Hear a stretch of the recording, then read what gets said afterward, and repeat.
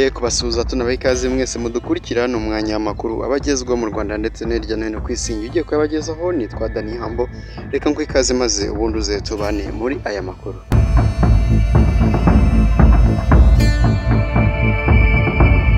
Mu ngingo z'ingenzi tuza kuba turambura muri aya makuru, turababwira ko i Nyanza umwarimu yasanzwe mu mugozi yapfuye, naho kandi turababwira ko Nduhungirehe yagarutse ku kinyoma cya Kongo cy'uko ngo Kagame yasohotse mu nama ya Afurika yunze ubumwe, naho kandi turaza kugaruka ku makuru menshi avugwa mu karere k'ibiyaga bigari. Tunababwire yuko Perezida Ndayishimiye ubu ngubu ari hagati y'urupfu n'umupfumu bitewe n'imyitwarire ari kugenda agaragaza muri iyi minsi. Ingabo ze ndetse n'iza Kongo biri gutsindwa na M23.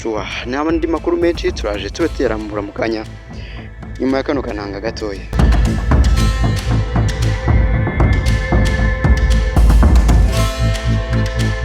Reka amakuru yacu tuhere mu Rwanda, tubabwire ko Minisitiri w'Ububanyi n'Amahanga Olivier Nduhungirehe yanyomoje amakuru yatangajwe na televiziyo y'igihugu muri Repubulika Iharanira Demokarasi ya Kongo yavugaga ko mu nama y'umuryango w'ubumwe bwa Afurika Perezida Kagame yasohotse mu nama yarakaye.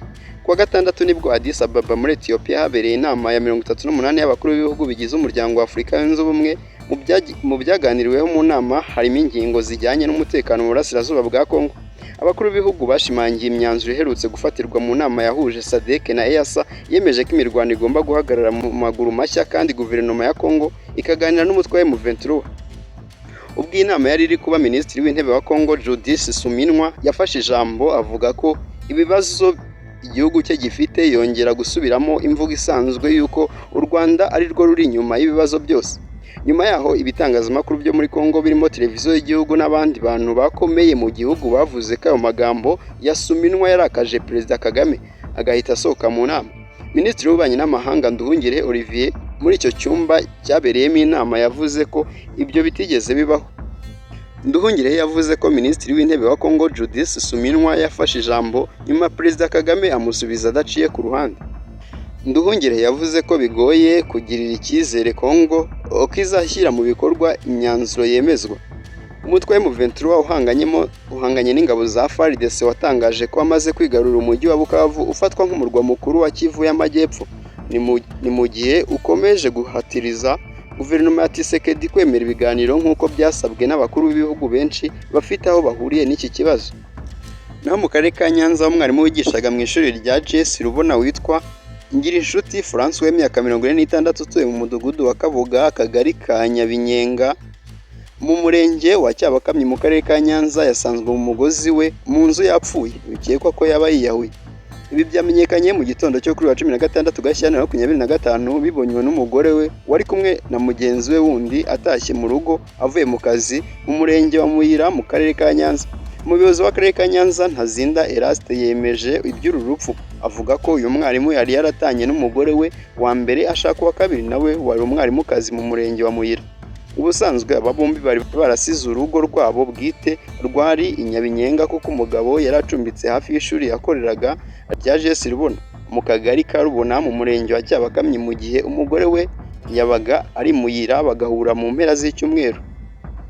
Ngo mbere y'uru rupfu ku wa 15 Gashyantare nyakwigendera Ngirinshuti yari yahamagaye wa mugore we muto amusaba kuzaza kumureba mu rugo rukuru i Nyabinyenga. Ubwo yageraga mu rugo rero kuri uyu wa 16 Gashyantare 2025 ari kumwe n'undi mugore, ngo batunguwe no gusanga umugabo amanitse mu mugozi mu rugo yapfuye. Meya Ntazinda ati iperereza ryatangiye kugira ngo hamenyekane icyateye uru rupfu. Naho kandi umusore wo mu karere ka Nyanza atoye muri yombi akekwaho kwiba aho yakoreshaga amayeri atandukanye arimo kwiyita umugiraneza. Yafatiwe mu karere ka Nyanza mu murenge wa Busasamana mu kagari ka Kavumu mu mudugudu wa Nyamagana B. Amakuru twamenye ni uko RIB yafunze umusore ukekwaho ubujura aho yasanzwe mu nzu y'uwitwa Hakizimana Jean Damascene. Uyu ukekwa ngo yacunze ba nyir'urugo bagiye gusenga, bavuyeyo basanga umusore witwa Uwiringiyimana Eric imyaka 28 ari kubeshya abana ko nyina ubabyara amutumye teremusi ngo ko hari umuntu ukoze impanuka. Uwaduhaye amakuru avuga ko ibyo yarabimenyereweho aho yagiye mu ngo nyinshi zitandukanye akajya abwira abana nabo bakabimuha agahita aburirwa irengero, kandi abo bana yanabanzaga kubumvisha ko ari umugiraneza.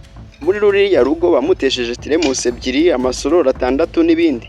Umunyamabanga nshingwabikorwa w'umurenge wa Busasamana Bizimana Egide yavuze ko akimara kubona ba nyir'urugo yahise yiruka maze nabo bavuza induru, abaturage baramufata banamwambura ibyo yari afite.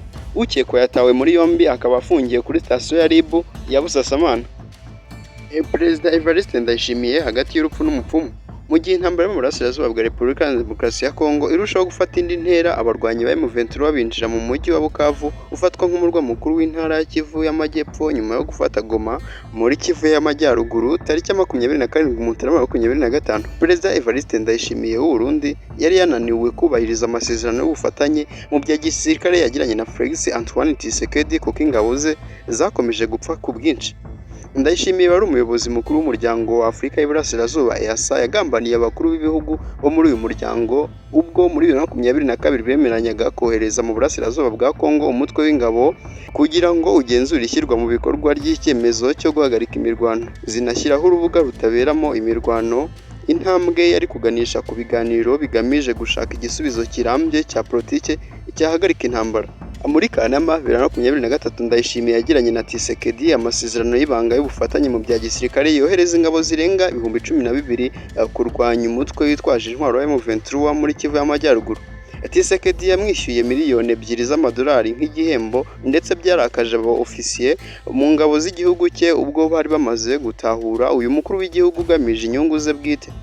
Leta ya Kinshasa kandi yageneye buri musirikare w'u Burundi urwanya M23 amadolari 5,000 ariko yose yagiye mu mufuka wa Ndayishimiye kuko bakomeje guhembwa umushahara nk'uwo bari basanzwe bahembwa mbere yo kujya mu burasirazuba bwa Kongo. Tshisekedi yirukanye ingabo za Afurika y'Iburasirazuba ubwo yangaga icyifuzo cye cyo gutera M23 kuko ntibyari mu butumwa yahawe n'abakuru b'ibihugu bya EAC. Yazanye ingabo z'umuryango wa Afurika y'Amajyepfo SADC zimusezeranya ko zizatsisura uyu mutwe witwaje intwaro zifatanyije n'ingabo za Kongo, iz'u Burundi, abacanshuro b'abanyaburayi, ihuriro rya Wazalendo n'abajenosideri ba FDLR. Nubwo ihuriro ry'ingabo za leta ya Kongo rifite abasirikare benshi kandi rikabashorwamo amadolari menshi muri kwezi, ryatsinzwe intambara. Abacanshuro bagera kuri 300 bamanitse amaboko basubira mu bihugu byabo. Amagana ya Wazalendo n'ingabo za Kongo bahungira mu Rwanda no mu kigo cy'ingabo ziri mu butumwa bw'umuryango w'abibumbye muri RDC, uwo ni MONUSCO. Ingabo za SADC zaheze Goma aho zizengurutswe n'abarwanyi ba M23. Nta yandi mahitamo zifite keretse gusubira mu bihugu zaturutsemo nyuma y'inama idasanzwe abakuru b'ibihugu bya EAC na SADC yabaye tariki ya 8 Gashyantare.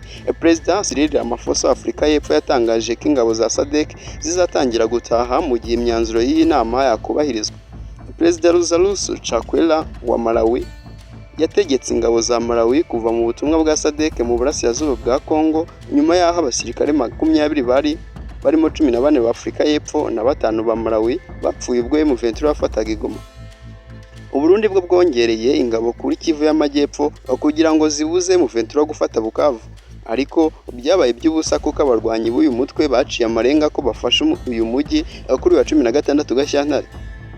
Mu mwaka ushize abasirikare b'u Burundi ababarirwa mu magana biciwe muri Kivu y'Amajyaruguru biteza umwuka mubi mu banyapolitike n'abasirikare bakomeye mu Burundi mu gihe bari kugerageza guhoza amarira y'ababuriye ababo muri iyi ntambara u Burundi bwijanditsemo. Icyemezo bwite cya Ndayishimiye cyo kohereza ingabo mu burasirazuba bwa Kongo cyateye cyane n'ingengabitekerezo yo kwanga abatutsi ahuriyeho na Tshisekedi na FDLR. Raporo zitandukanye za sosiyete sivile n'imiryango iharanira uburenganzira bw'ikiremwamuntu zemeza ko ingabo z'u Burundi, Wazalendo, ingabo za Kongo na FDLR byishe abanyekongo b'abatutsi muri Kivu y'Amajyaruguru n'iy'Amajyepfo. Ubwo yoherezaga ingabo z'u Burundi nk'abacanshuro kugira ngo zifashe leta ya Tshisekedi gutoteza abantu bayo, Ndayishimiye yizeraga ko azasubiza inyuma M23 byoroshye, yirengagije ko abarwanyi barwanira kuba mu gihugu cyabo. Ndayishimiye yohereje batayo 19 mu burasirazuba bwa Kongo ariko yananiwe guhagarika inzozi mbi za Tshisekedi kwagura ibirindiro kwa M23, ahubwo bishe abanyamurenge muri Kivu y'Amajyepfo nyuma yo gutsindwa muri Kivu y'Amajyaruguru, aho bifatanyije na FDLR gutwika inzu z'abanyekongo b'abatutsi, barasinka banasahura imitungo yabo. Perezida w'u Burundi akwiye gushyira ubwenge ku gihe agakura ingabo ze muri Kongo kuko amasezerano y'ubufatanye mu bya gisirikare yagiranye na Tshisekedi ntacyo ari kugeraho, kandi abasirikare be bishwe ku bwinshi, yewe n'imibereho n'ubukungu mu gihugu cye biri kujya habi nyuma yo gufunga imipaka y'igihugu cye n'u Rwanda. Abakuru b'ibihugu bya EAC na SADC bagaragaje ko amakimbirane yo mu burasirazuba bwa Kongo azakemurwa gusa n'ibiganiro bya politiki. Dusoza amakuru reka tubabwire ko leta y'u Burundi mu mujyi wa Bujumbura ku cyumweru tariki ya 16 Gashyantare 2025 yakoze umukwabu udasanzwe wo guhiga bukware uwitwa umunyarwanda ndetse n'abanyekongo bavuga ikinyarwanda. Ni nyuma y'amagambo ya Perezida w'u Burundi Ndayishimiye Evariste uhamagarira imbonerakure n'abaturage muri rusange kwitegura, avuga ko u Rwanda ruri gutegura gutera u Burundi. The New Times ivuga ko abafashwe burijwe mu mamodoka ya polisi bajyanwa Gihanga na Bubanza bajya guhatwa ibibazo. Bafatiwe mu Cibitoke na Buterere, uduce twiganjemo abavuga ikinyarwanda, gusa ntabwo hatangajwe umubare nyirizina w'abatawe muri yombi. COS Media Burundi ivuga ko kandi hari abagande 4 nabo batawe muri yombi ahitwa Rumongi bafatiwe muri hoteli. Mu butumwa yashyize ku rubuga rwa X, Perezida Ndayishimiye yavuze ko u Rwanda ruri kugambanira gutera u Burundi ndetse ko yagiranye ikiganiro n'ibihugu by'inshuti z'u Rwanda kuri iyo ngingo, ngo bityo u Rwanda rwasubiza amerwe mu isaho. Aya magambo kandi yaje akurikira ay'umuvugizi we Gatoni Rosine Gurene anenga abo yita abaturanyi, ahubwo avuga abanyarwanda bagize icyo bavuga ku butumwa bwa Perezida Evariste Ndayishimiye. Ubutumwa bwe bwanenzwe na benshi biganjemo abo mu Burundi, bigaragaza ko butarimo ubunyamwuga bijyanye n'umwanya ariho ndetse bamusaba ko yabusiba. Ndayishimiye usanzwe ari inshuti y'akadasohoka Felix Tshisekedi wa Repubulika ya Demokarasi ya Kongo yanditse ubu butumwa nyuma y'aho M23 ifashe umujyi wa Bukavu wabarizwagamo n'ingabo z'u Burundi. U Burundi buvuga ko bwohereje abasirikare 10,000 mu burasirazuba bwa Kongo, nyamara kandi ku yindi nkuru twabonye ko ari 12. Ubwo M23 yafataga umujyi wa Bukavu, ingabo z'u Burundi ndetse na Kongo Wazalendo zarahunze zisigira imbunda abana n'abaturage.